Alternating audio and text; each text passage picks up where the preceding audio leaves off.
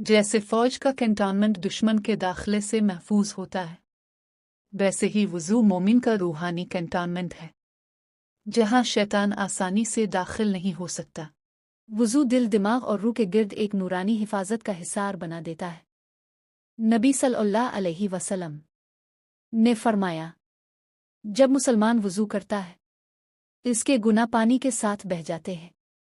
صحیح مسلم 244۔